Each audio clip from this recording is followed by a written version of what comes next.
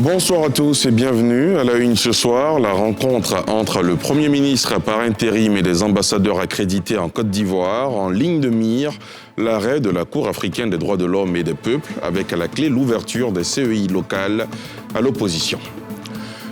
Plus de 243 000 candidats au BEPC ont été déclarés admis, soit un taux de réussite nationale de 53,17%.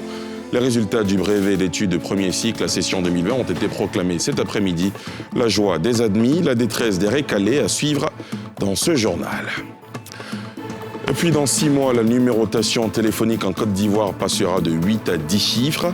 Ce changement est le résultat de la saturation du plan national de numérotation de 8 chiffres adopté en janvier 2000. Tout d'abord, cette rencontre entre le Premier ministre par intérim, le ministre d'État, ministre de la Défense, Ahmed Bakayoko, et des ambassadeurs accrédités en Côte d'Ivoire, en ligne de mire, l'arrêt de la Cour africaine des droits de l'homme et des peuples, avec à la clé l'ouverture des CEI locales à l'opposition. Pierre Dipomela, Eric Kimou. C'est une rencontre d'explication suite à l'arrêt du 15 juillet dernier de la Cour africaine des droits de l'homme et des peuples sur la CEI. Un arrêt qui a fait l'objet de diverses interprétations, entraînant dans la foulée la confusion. Il s'agissait pour le ministre d'État, ministre de la Défense Ahmed Bakayoko, assurant l'intérim du Premier ministre, de préciser la position du gouvernement face à une forte délégation d'ambassadeurs accrédités en Côte d'Ivoire. Le garde des Sceaux est revenu sur les points clés de l'arrêt. Dans son arrêt du 15 juillet 2020, la Cour a déclaré que l'État de Côte d'Ivoire n'a pas violé son obligation de protéger le droit des citoyens de participer librement à la direction des affaires publiques de leur pays, n'a pas violé son obligation de protéger le droit à une égale protection de la loi, n'a pas violé son engagement de se conformer aux décisions rendues par la Cour et en assurer l'exécution dans le délai fixé par la Cour. La Cour a en revanche estimé que l'État de Côte d'Ivoire ne s'est pas pleinement acquitté de son obligation de créer un organe électoral indépendant et impartial parce que les élections dans la commission locale ne se sont pas tenues sur la base de l'ordonnance du 4 mars 2020 modifiant la loi du 5 août 2019 portant recomposition de la CEI.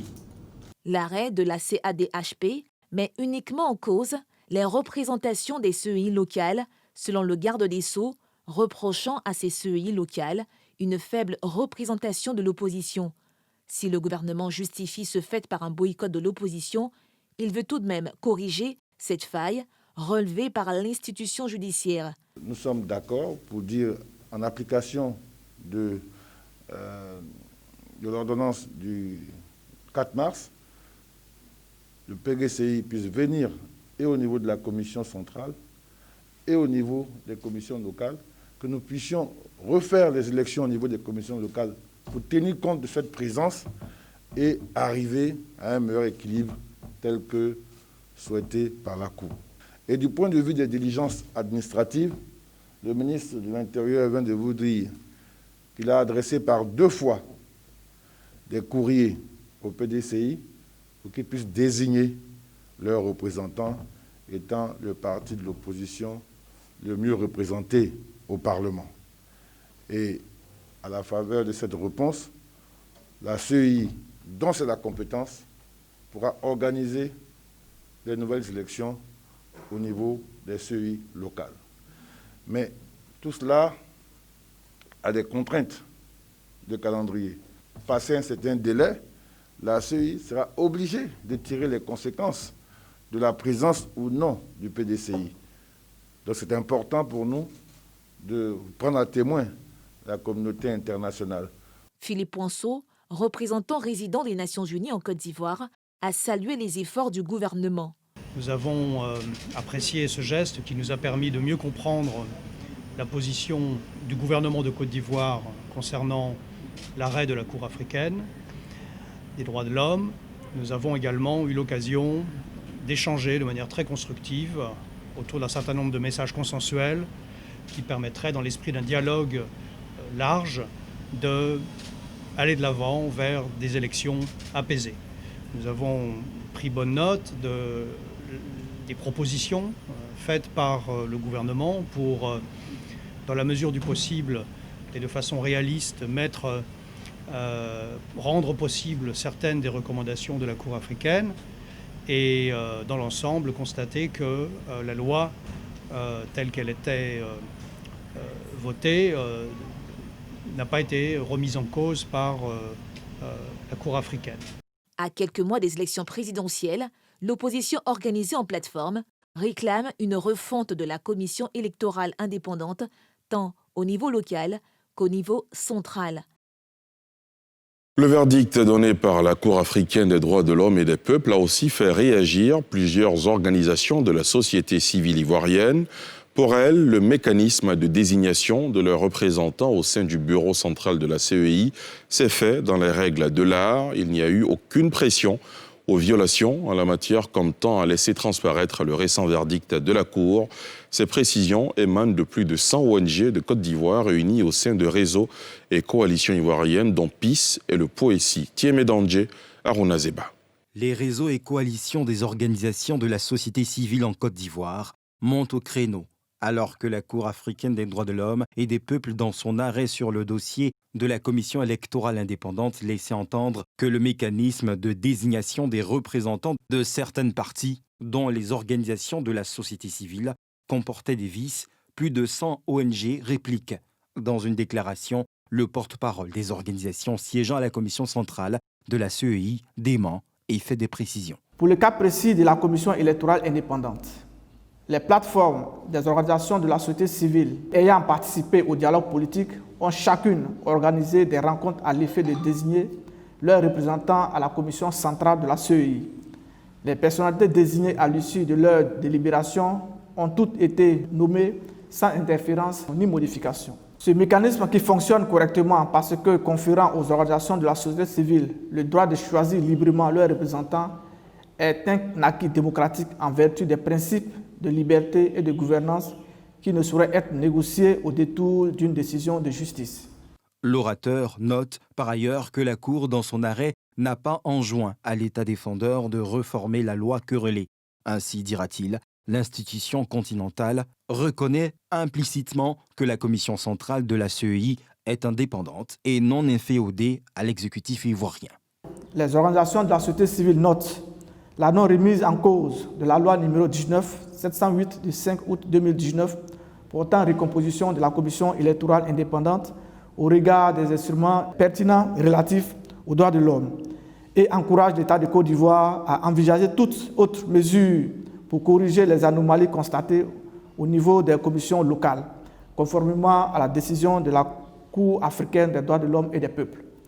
Parmi la centaine de signataires de la déclaration, l'on relève 2 réseaux, à savoir la POESI et PIS, ainsi que plusieurs autres ONG des droits de l'homme, dont le MIDH, la LIDO, l'OFACI, SOS Exclusion et l'Association des femmes juristes. Plus de 243 000 candidats au BEPC ont été déclarés admis, soit un taux de réussite national de 53,17%. Les résultats du brevet d'études de premier cycle à session 2020 ont été proclamés cet après-midi.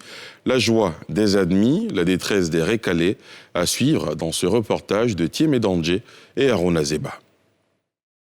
Collège moderne du Plateau. Candidats et proches regroupés devant ce centre d'examen attendent impatiemment le top départ de la proclamation officielle des résultats de la session 2020 du BEPC, brevet d'études de premier cycle. L'attente prend fin peu avant 14 h, avec l'annonce des résultats par la directrice des examens et concours de l'éducation nationale. Sur 457 797 candidats effectivement présents à l'examen du BEPC, 243 416 sont déclarés admis, soit un taux de réussite de 53,17%. Au niveau du genre, 53,44% de filles ont réussi leur examen contre 52,94% de garçons. À moins de 10 km des bureaux de la direction des examens et concours, les portes des salles de composition s'ouvrent. Les premiers résultats tombent. Ça exulte.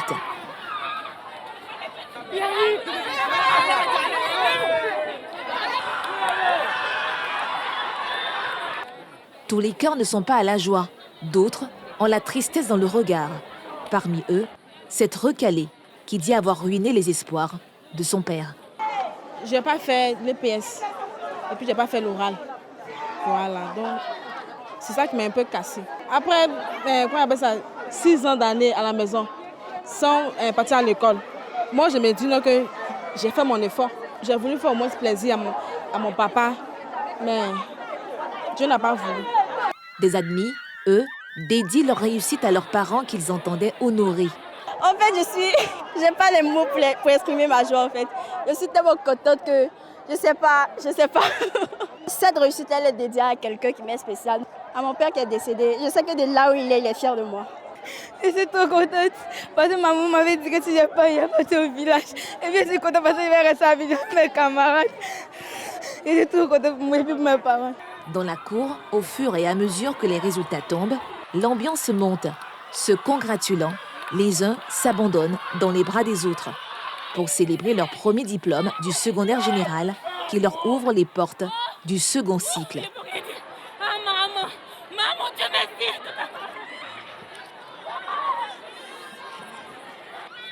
Notons que les candidats recalés ont jusqu'au samedi 1er août pour leurs éventuelles réclamations. Les admis, concernés par l'orientation en seconde, ont eux plus d'un mois pour savourer leur réussite qui prend fin le 14 septembre, date de la prochaine rentrée des classes, au titre de l'année scolaire 2020-2021. Dans 6 mois, la numérotation téléphonique en Côte d'Ivoire passera de 8 à 10 chiffres. Ce changement est le résultat de la saturation du plan national de numérotation de 8 chiffres adopté en janvier 2000. Plus de précisions avec Nadia Edja et Tanguy Conan. À partir du 31 janvier 2021, à 0 heure, les numéros de téléphone mobile et fixe en Côte d'Ivoire passeront automatiquement de 8 à 10 chiffres. Ce changement vise à répondre à la saturation du plan de numérisation de 8 chiffres en vigueur à ce jour. Les avantages du nouveau plan national de numérotation, d'une capacité de 10 milliards de numéros sur une durée prévisionnelle de 50 ans, ont été exposés par le directeur général de l'autorité de régulation des télécommunications de Côte d'Ivoire. Un changement apprécié par les consommateurs. C'était vraiment nécessaire que nous passions là parce que dans cette dernière période, nous sommes montés jusqu'au 78, au 80, en fait des chiffres qui vraiment n'étaient pas faciles à retenir pour le consommateur. Et nous sommes arrivés à un niveau où nous ne savions plus qui était tel opérateur ou tel opérateur. Le principe de basculement est simple. Il faudra rajouter les préfixes 07, 05, 01 pour les numéros mobiles et les 27, 25, 21 pour les fixes en fonction de l'opérateur. Cette opération gratuite n'induit aucun impact sur les services, leurs coûts et leur qualité. On note que pendant cette période-là, la qualité de service doit être bonne et je vous rassure qu'elle sera bonne. Nous embarquons ensemble et nous voulons réussir l'opération. C'est délicat, vous savez, vous avez vu en 2000 déjà, c'était une année où au niveau de l'informatique, on annonçait pas mal de difficultés qui allaient naître, mais on a réussi quand même à passer à 8 chiffres. À ce jour, on compte 37 millions d'abonnés sur le mobile en Côte d'Ivoire. Le groupement des sapeurs-pompiers militaires, distingué pour son engagement dans sa mission de secours et son implication dans le plan de riposte contre la maladie à coronavirus, les soldats du feu ont reçu une mention spéciale à l'occasion de la fête des armées. Tiémé Dandje et Rikimou. Les sapeurs-pompiers militaires de Côte d'Ivoire à nouveau à l'honneur. Ils se sont vus attribuer la médaille des forces armées pour la 2e fois de l'histoire de cette unité de secours, après celle de 1984, face au personnel des services de défense et de sécurité du pays, réunis à la place d'armes général Thomas Daquin de l'état-major au plateau à l'occasion de la fête des armées 2020, l'arrêté de citation pris par le ministre d'État, ministre de la Défense, est ainsi libellé. Le groupement des sapeurs-pompiers militaires est cité à l'ordre des forces armées pour l'abnégation et le professionnalisme dont ont fait preuve ces personnels dans la lutte contre la pandémie de la Covid-19 et au cours des catastrophes naturelles survenues cette année 2020, telles que les éboulements et les inondations. Peu après, place à la décoration de l'unité et à la remise des fourragères.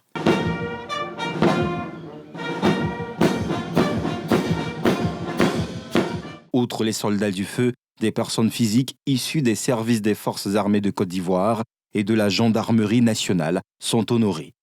Ils reçoivent la médaille des forces armées, en récompense, dira le ministre de tutelle, de l'exemplarité de leur dévouement au service de la patrie dans le contexte de la crise sanitaire de la maladie à coronavirus. Pour qu'une institution avance, il faut bâtir des principes autour de la discipline et consacrer le mérite.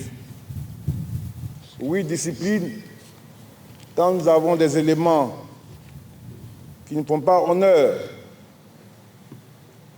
aux valeurs de l'armée, ils sont punis, ils sont sanctionnés. Mais quand nous avons des éléments qui font honneur au drapeau, qui font honneur à la tenue, nous devons les montrer, les distinguer, les consacrer et les honorer.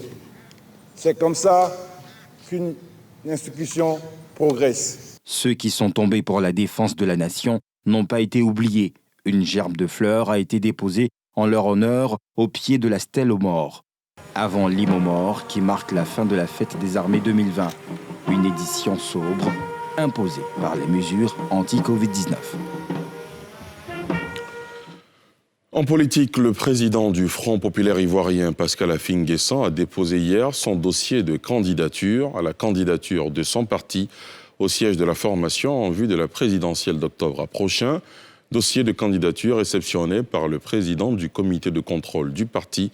Il a réceptionné les éléments constitutifs les uns après les autres à la suite de l'énumération de chaque document devant quelques responsables du parti, comme nous le montre Pierre-Di Pomelin. Suite à l'appel à candidature lancé par le FPI, Front populaire ivoirien, le 20 juillet dernier, Affi-N'Guessan, président du parti, a manifesté son intention de se porter candidat aux prochaines élections présidentielles. Le représentant du parti à ce scrutin sera connu à l'issue d'un congrès éclaté à travers tout le pays. Je suis candidat à la candidature. On va se réunir région par région le même jour sur toute l'étendue du territoire national à cause de la Covid-19 sous la supervision d'un vice-président ou d'un secrétaire général adjoint pour désigner le candidat du parti. Affi-N'Guessan a aussi expliqué les raisons qui ont milité en faveur du système du parrainage et son fonctionnement avant d'appeler les militants à se mobiliser pour lui lors de la convention éclatée à venir et lui permettre de conduire les destinées du parti le 31 octobre prochain. Des chefs et cadres Hatchans et Akié ont invité ce mardi le président Alassane Ouattara à se présenter aux prochaines élections présidentielles, déclaration lue par le ministre gouverneur du district autonome d'Abidjan, Robert Bekré-Mambé, à l'esplanade de l'hôtel du district. À Pierre-Di Pomelin, Eric Kimou. L'esplanade de l'hôtel du district, chefs et cadres Hatchans et Akié du RHDP, en tenue traditionnelle, ont d'abord rappelé les projets de développement dont leur localité ont bénéficié pendant la gouvernance du président Alassane Ouattara, avant de lui demander de briguer un autre mandat suite au décès du candidat désigné. Il avait prévu de passer les témoins à la nouvelle génération, mais le destin en a décidé autrement. Les temps qui nous séparent des futures élections étant trop courts, il serait difficile de préparer avec tous les atouts un candidat sorti de nos rangs. C'est pourquoi nous, cadres RHDP, Hatchans et Akié du district autonome d'Abidjan, hommes et femmes convaincus par ces immenses qualités d'hommes d'État, d'hommes de parole, de sagesse, demandons à son Excellence, Monsieur le Président de la République, Alassane Ouattara, d'accepter de se faire violence en acceptant d'être le candidat du RHDP aux prochaines élections présidentielles du 31 octobre 2020. À l'instar des chefs et cadres Atian et Akié du RHDP, plusieurs structures du parti ont elles aussi invité avec insistance le président de la République à être candidat aux prochaines élections présidentielles. La réponse du président est très attendue aussi bien par les militants que par l'ensemble de la classe politique. Voilà, c'est ici que prend fin ce journal préparé par l'ensemble de la rédaction, réalisé par François Ossomo et Moussa Doumbia. Merci de l'avoir suivi. Rendez-vous demain à 19h50 pour un autre numéro de NCI News. Excellente soirée sur la nouvelle chaîne ivoirienne.